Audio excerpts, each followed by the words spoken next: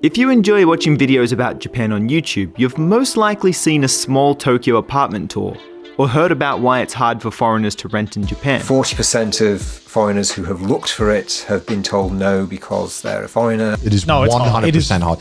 Difficult. Especially if you're a foreigner. Finding a flat in Japan can be quite tricky because sometimes landlords don't want foreigners to rent their properties. We've heard about this, but we've never really experienced it firsthand.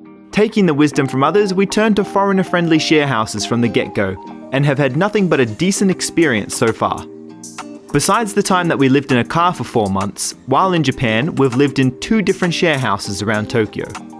The company we've used is called Oak House, and the biggest difference between this and renting your own apartment is everything is in English, there's almost no upfront costs, and you only have to give 1 month's notice when you want to move out. At the moment, we're living in a share house with around 25 other people, most of whom are Japanese. So let's take a look at the share house you can get for around $740 a month.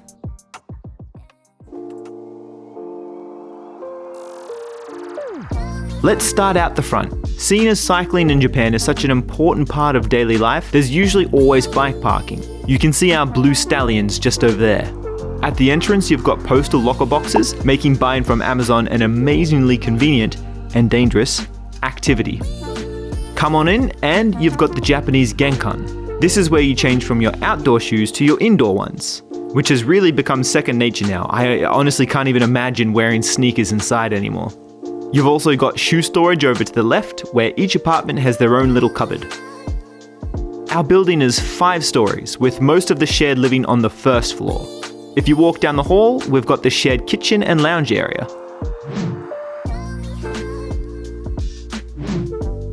It's actually pretty spacious, with plenty of seats and a nice big TV that's mostly used for watching movies and playing music. The kitchen has 4 separate bays for cooking, which is super nice so that you're not in other people's way when making food.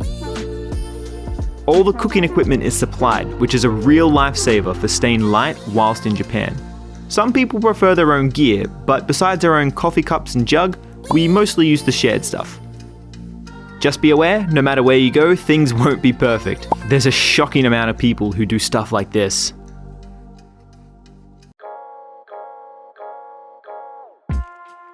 Something somewhat unique to this house is a shared centaur-style bathing area. From our camper van days, we've fallen in love with these kind of baths. It's pretty much like a normal onsen. You get naked, sit down and shower first, and then have a nice long soak. But if getting down to your birthday suit with your housemates isn't your cup of tea, there's also individual showers. Pretty nice. If you're a little bit skeptical about the shared bathroom, it's actually alright, because cleaners come a few times a week. But keep in mind, there's always going to be those weirdos who make signs like this necessary. Another shared space in this house is a study room. It actually gets some pretty good use. At our old share house, there were also places like a gym and a theatre room, but that share house was about $300 extra a month, so basically the more you pay, the more perks you get. Let's go upstairs. Each floor has toilets and a laundry. There's men's stuff on the 3rd floor and ladies' stuff on the 2nd. Some share houses in Japan are pretty good for gender-separated facilities. There's even houses that only take women, which can be especially nice for those searching for that kind of community. Basically, the powder room is just that. A room with sinks, machines to wash your clothes, and paid dryers. Now, here's the deal breaker for a lot of people. Toilets. That's right. There's toilets here because there isn't any in your room. At first, we lived in a share house with our own shower and toilets, because sharing sounds nasty, right? Turns out it's actually kind of nice. It's one less mundane task to take off the cleaning list, and they feel really private, you know? No big gaps in the door frame, solid door to block the noise. Very nice.